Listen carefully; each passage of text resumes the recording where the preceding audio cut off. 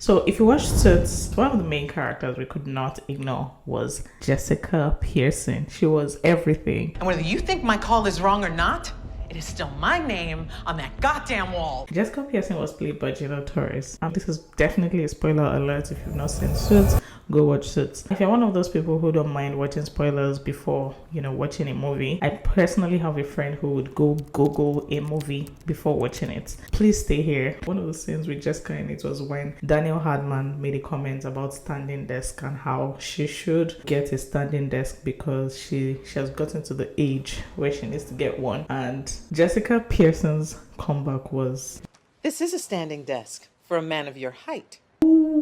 I loved it. Really, what's there not to love about Jessica? Was it the cute outfits? I heard that she couldn't sit down in a lot of those outfits, like she had to stand, like they made like a platform for her to have to stand, to wear those clothes. Was it the comebacks? She commanded respect without even asking for it. Her voice was so mesmerizing. Look, if you can't already tell, I'm a huge fangirl, okay? She was the only one who could keep Harvey in check for the most part. Whatever lets you sleep at night, white boy.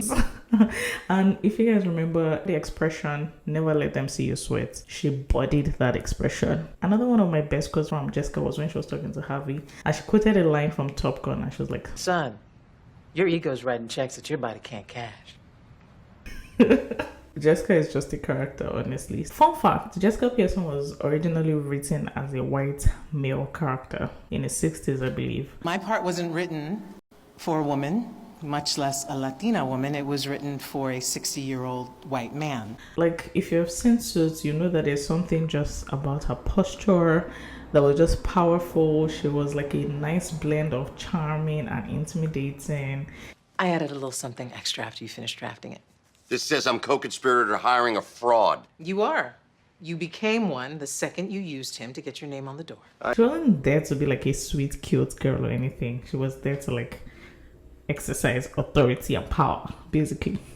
As much as I'm a huge fangirl of Jessica had a dark side. I believe that a lot of people that watched this series also saw it. She's so pretty and alluring that you could get distracted, but that dark side was definitely there. I mean, let's be honest, in a cutthroat business world like Suits tried to portray in the series, you don't necessarily expect the people at the top to be saints. No, you don't expect them not to have done something shady at some point in their career. And this was exactly what Suits was. Now in this video, we'll look into and talk about 5 ways that Jessica was the actual villain. Jessica would literally step on anyone to get what she wants. And she was a bully. She was a big bully. Jessica had this classmate called Ella. They attended law school together. And so Jessica thought, you know what, this girl is uptight. I have to do something about it since I have nothing better to do with my time, obviously. Also, they both were being considered for a big job at the time. And of course, Jessica wanted it because duh. So she decided to get Ella drunk and wait for it. She didn't stop there. She also stripped her naked and placed her in the law classroom for everyone, including their professor, to see. Now Jessica, flash forward to the future, Jessica has become managing partner of her firm. She's working on a case in the New York Supreme Court, and guess who is the judge? Ella, of course. And of course she's still angry and looking for revenge. You know what the worst part was? When Jessica met her and Ella confronted her with what had happened in the past, what would a sane person do? You'd expect that they would apologize and move on, but Jessica was like, I wanted that job. I know what I did. I'm not sorry I did it. And I'd do it again. Now, only a bully and a very, very, very, very, very mean person will say this. Another dark side to Jessica was how she treated her subordinates, specifically Louis. Now, I know some of you might be saying, oh, Louis was a handful, he needed to be handled. And I agree, but I still think Jessica treated him poorly. Now, despite Louis's loyalty and ambition, he was super dedicated. She rarely committed any serious responsibility into his hands until I believe the later seasons. And I honestly wasn't even mad at Louis when he tried to get his name on the door. When he found out about Mike, one of my best scenes in Suits was when Louis was talking to Jessica about this, and Jessica was like, okay, what do you want? And Louis was like, Pearson Specter Lit. And his whole body was literally vibrating because of how upset he was. Look, Rick Hoffman is one really amazing character. I think he bodied that role so well that even when I watch some of his interviews, like after Suits, it's hard to believe that he's not the same character in real life. Obviously, Louis already had insecurity issues, and Jessica treating him like this made it like 100 times worse. Remember when she tried to take out Hardman from the firm and she tempted Louis with the possibility of making senior partner at the firm, and she still didn't follow through. She also favored Harvey a lot more than Louis, even though Louis was like putting his blood, sweat, and tears in the firm. She would always have a preference for Harvey. Harvey was good, no doubt, but Louis was quite good too, and it deserved a bit more recognition than Harvey sometimes. So obviously her treatment of Louis this way fueled a lot of resentment between Louis and Harvey, even though Louis high-key still dreamt and aspired to be Harvey. The next thing I believe is that Jessica was a control freak. Jessica always wanted to do everything exactly how she wanted. The rest of my business. I don't care what the deal was, William. I care what the deal is. Because now that indictment's come down, Harvey is going to be spending all of his time on you. That's not my problem. I'm making it your problem. She was managing partner, right? So that's not exactly shocking. But what was alarming is the extent that she went to make sure that she was always in control. Now remember when she blackmailed Mike into getting Harvey to drop a case and threatened to expose him because he did not have a law degree. I guess it served Mike right, because he didn't have a law degree, so he was susceptible to like being in these kind of situations. But what made her look really bad was she was a user. She didn't fire him even though it was a fraud. She kept him around because it benefited the firm, obviously. And she would always, seize the opportunity to remind him that it was a fraud and that she could deal with him any chance that she got.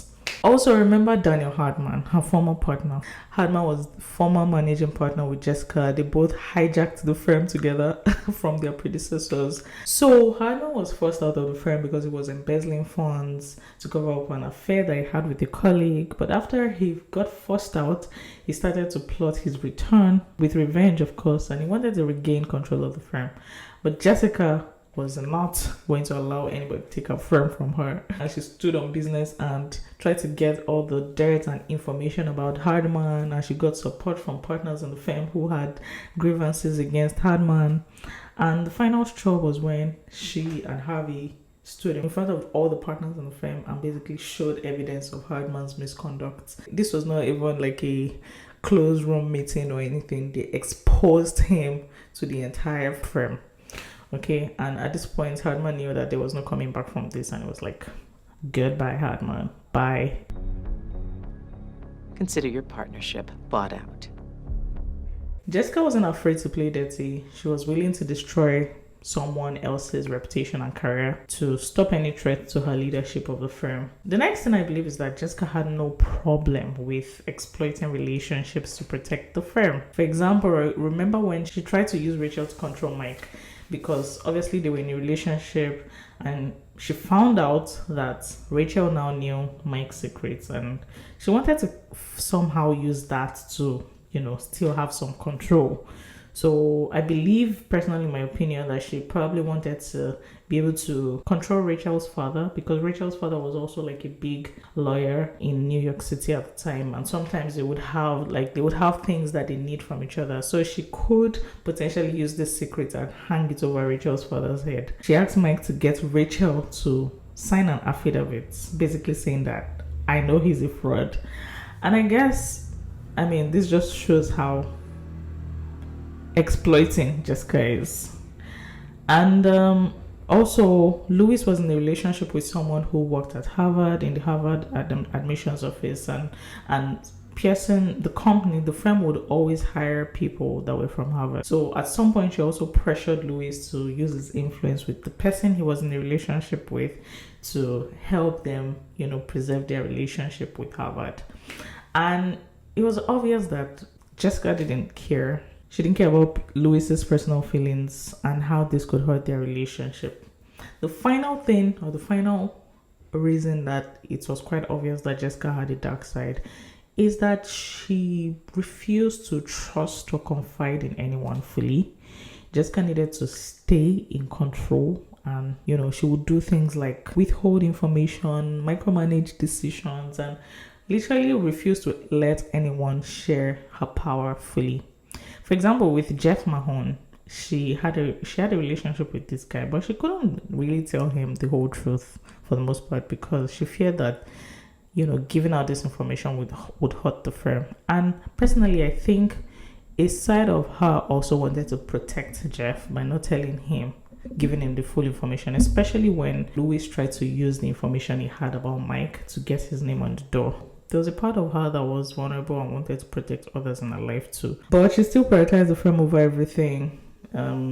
She wasn't going to leave anything to chance, and she didn't want to slip up and lose the firm.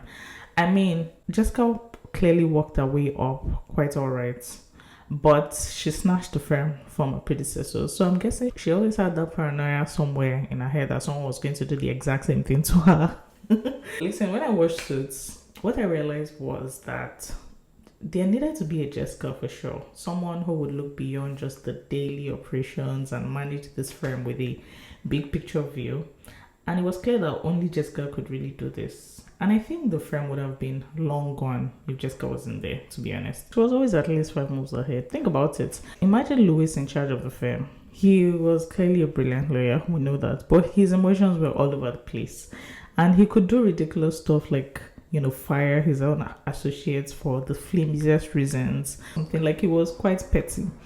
Okay, and with Harvey had like the charm, he had the skills, but he could have easily gambled away the firm, you know, in a poker game, and he could have bluffed with the wrong lawyer or the wrong judge and ended up in jail or something ridiculous. So Harvey was quite extreme in terms of making like really bold moves all the time and expecting that he would always win.